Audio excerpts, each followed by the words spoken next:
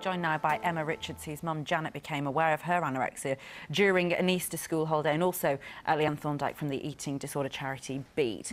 Morning to all three of you. All look very healthy and very good now, but I mean the things were very different for you, weren't they? What happened and what sparked it? I think there was a number of things that sparked it. Could be to do with like puberty and the fact that I was an early developer. I think it's like a lot of things that all come into one. But I can't name like a single thing that started it. So. And we were just saying just during the break, I mean, for a mum, it must be really heartbreaking actually to see something changing in your child and you're not sure what it is. I mean, when did you first start to realise? Well, I think it was the Easter holidays and things like Easter eggs. And I've got a son as well, and normally, you know, you get the Easter eggs come in and that's it, within a couple of days they're all gone. But Emma's were actually still in her bedroom, you know, a couple of days later.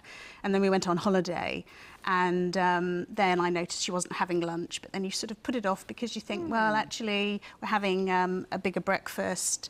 You get up later, you have a bigger dinner in the evening. So, but afterwards, you know, looking at all these different bits, I really probably sort of realised something was going wrong a bit earlier. Did you think you had a problem, Emma?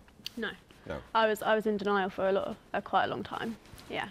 And probably in denial till about probably 6 months. A good. But even when you were in hospital, because you had a long spell in hospital. Oh yeah, definitely. Still didn't accept your problem then? No. I've just tried to fight it. I spent a lot of my time just like fighting the staff and not accepting the help that they were giving me. Yeah. And with a school holiday, I mean, this is why we're doing the story too. I mean, it's sort of half term now, so it's more about sort of saying, listen, this is the time when you can really check what your child is doing, because they're in the house all the time. So was it more stressful for you?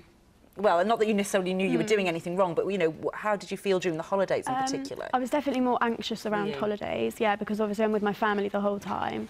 And they were seeing exactly what I was eating, and I was having to like make up excuses about why I wasn't eating, or like I've been out with friends to eat. And you can't wear baggy clothes all the time, and think, no, you know, exactly, the sort of things to hide your figure. You should make the point now too that it affects boys as well as girls. Yeah, definitely. And we're seeing more and more boys and men of all ages come forward, and they're, you know, subject to the same pressures as girls and women are. So it's no different. Yes, because when I was a youngster, I have to tell you that I mean, it's a bit public. I had a skirmish with this problem myself when I was in my teens. But for a boy to admit that he was, or to suggest to someone who was anorexic was, you know, ridiculous, impossible to imagine. You've been laughed out of the surgery by a doctor in most cases. But it's changed that, hasn't it? Well, it can be really difficult for boys and men to come forward. You know, there's still a lot of stigmas and misunderstandings around eating disorders. You know, it's a thing that teenage girls get, only affects women, when that is not the case at all. You know, it can affect anybody of any age. So, you know, we'd encourage anybody to come forward if they have a problem. Are we getting better at understanding it? Are we getting better at treating it? Are there sufficient facilities for looking after people like Emma? I think the awareness is definitely improving. It could be that GPs are getting better at diagnosing it as well, but we're definitely talking about it more and encouraging people to come forward, you know, break the silence. And Emma, I mean, I'm just thinking, because obviously, you know, you must have felt like you were knocking on a glass wall trying to get through to her, you know. So from your point of view, can you look back and think, if my mum had done this, or if somebody had done this, this might have got through to me faster? I don't think so, because I think you have to realise yourself, and I think that process just takes time. I don't think there's anything my mum could have done differently, or any like hospital staff or anything. I think it's obviously you need the help and support that you get from all the specialist staff, but it's up to you. It's your recovery. Mums say to mums watching this programme this morning? I mean, if you have any anxieties about your children, go and find professional help as soon as you can.